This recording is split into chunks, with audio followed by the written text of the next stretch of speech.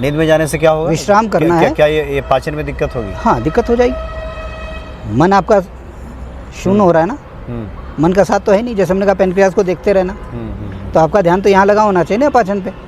अब आपका ध्यान तो है नहीं यहाँ, मन तो कहीं और हो गया, तो पाचन में व्यवधान आ जाएगा, पाचन सही रूप से नहीं होगा। टहलने के लिए बताया क्यों गया है ये कोई नहीं समझ रहा है। जैसे हम गांव में मथानी से दही से मक्खन निकालते हैं ना, मथते हैं ऐसे रस्सी से, नहीं तो ये रस्सी हमारे बाजू हाथ हैं ना, और मत किसको रहे हैं? पेनक्रियास को। अच्छा, आप अनुभव करिए, जिस समय आप टहल रहे हैं उस समय आपके हाथ दोनों चलने चाहिए, ऐसे चलने चाहिए प्रॉपर पूरे, है ना, और आपका ध्यान यहाँ रहना चाहिए, इस जगह पे होना चाहिए। अच्छा, डॉक्टर साहब कोई आपके पास आकर कहे कि देखिए आपसे हमने परामर्श लिया और हम तो सुबह टहलना हमने शुरू कर दिया है, उसके बाद उस व्यक्ति को किन किन मुख्य बातों पे ध्यान देना चाहिए? जैसे एक तो आपने आँख की बात की, हम लोग ब्रश तो करते ही हैं, कानों में आपने कहा कुछ डाल लिया करें, और किन किन बेसिक्स पे उसको फॉलो करना चाहिए लोगों को?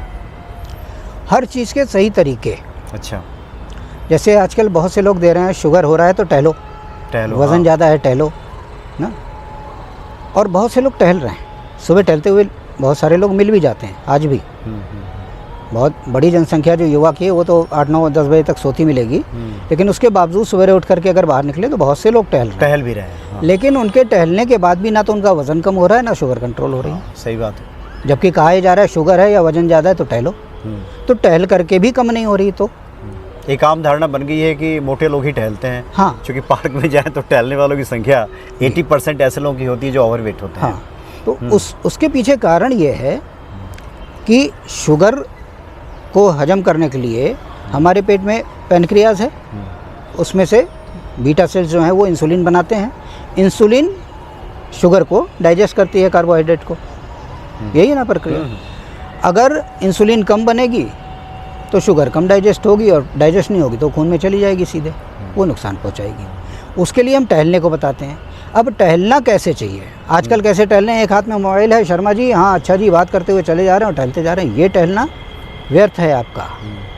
या 4 लोग जा रहे हैं आपस में बातें करते जा रहे हैं, गप्पे मारते हुए जा रहे हैं और टहल रहे हैं। टहलने के लिए बताया क्यों गया है ये कोई नहीं समझ रहा है। जैसे हम गांव में मथानी से दही से मक्खन निकालते हैं ना, मथते हैं ऐसे रस्सी से, नहीं तो ये रस्सी हमारे बाजू हाथ हैं ना, और मत किसको रहे हैं? पेनक्रियास को। अच्छा, आप अनुभव करिए, जिस समय आप टहल रहे हैं उस समय आपके हाथ दोनों चलने चाहिए, ऐसे चलने चाहिए प्रॉपर पूरे, है ना, और आपका ध्यान यहाँ रहना चाहिए, इस जगह पे होना चाहिए। अच्छा, केंद्रित होना चाहिए। जो आपने मन कहा ना कि मन को कैसे जोड़ें, मन आपका यहाँ पे होना चाहिए, और जब आप ऐसे टहलेंगे तो आपको बिल्कुल वैसा ही महसूस होगा जैसे मथानी से हम मथते दाहिनी तरफ है, बाएं तरफ निकलने का कोई रास्ता नहीं है। तो जब हम बाएं तरफ लेटेंगे तो सारा भोज्य पदार्थ हमारा बाएं तरफ आ गया, है ना।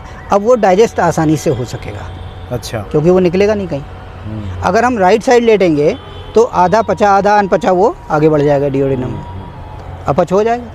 नहीं, सीधे लेटेंगे तो भी कुछ इधर जाएगा कुछ इधर जाएगा। इसलिए बाईं तरफ लेटने की मतलब दिन में आप भोजन करें तो दिन लेट में लें। हाँ थोड़ी देर लेट लें। अच्छा, सोना नहीं है, विश्राम करना है थोड़ी देर, मतलब गहरी नींद ना लेने नहीं, गहरी नींद नहीं लेना है। क्योंकि 48 मिनट का टाइम करीब करीब लगता है पेट में खाने को पूरी तरह से प्रोसेस होने में। तो उतनी देर, लगभग आधा घंटा आप विश्राम कर लें बाईं करवट लेट के। और शाम को, रात में, क्योंकि नींद का टाइम होता है, संभव है कि आप लेटें और नींद आ जाए आपको, इसलिए पहले टहल लें। अच्छा, आपके कहने का मतलब कि नींद में ना जाएं। नींद में ना जाएं। नींद में जाने से क्या होगा? विश्राम करना है। क्या ये पाचन में दिक्कत होगी? हाँ, दिक्कत हो जाएगी। मन आपका शून्य हो रहा है ना, मन का साथ तो है नहीं। जैसे हमने कहा पेनक्रियास को देखते रहना, तो आपका ध्यान तो यहाँ लगा होना चाहिए ना पाचन पे। अब आपका ध्यान तो है नहीं यहाँ, मन तो कहीं और हो गया, तो पाचन में व्यवधान आ जाएगा, पाचन सही रूप से नहीं होगा। अच्छा, है ना। ये वही चीज़ें हैं जैसे पहले हम हाथ से घुमा करके डायल करते थे मोबाइल, आज हम टच स्क्रीन तक आ गए, टच कर रहे हैं ना। तो आपको समझ में आ रहा होगा कि टच का महत्व क्या है। ये वही टच है, टच करना है, मन का जुड़ाव रखना, ये टच स्क्रीन है। तो उसका प्रभाव तो होगा। ये नहीं कह सकते आप कि ये तो बकवास की बात है, वरना फिर टच स्क्रीन भी बकवास की बात है। यानी सब आपस में जुड़ी हुई चीज़ें हैं, सब जुड़ी हुई हैं, और ध्यान हर जगह चाहिए। हर जगह सबसे चाहिए, बड़ी बिल्कुल। बात है कि ध्यान से हर काम करने की आवश्यकता है। हाँ। भोजन करें तो ध्यान से, व्यायाम से। करें तो ध्यान से, अपने प्रति ध्यान रखें, खुद का ध्यान रखें, तो निश्चित तौर पे आप स्वास्थ्य को प्राप्त होंगे, स्वास्थ्य आपका अच्छा रहेगा। आगे कड़ियों में और भी हम विषयों में बात करेंगे आपसे। बहुत बहुत धन्यवाद आपका। जय श्री राम। जय श्री राम।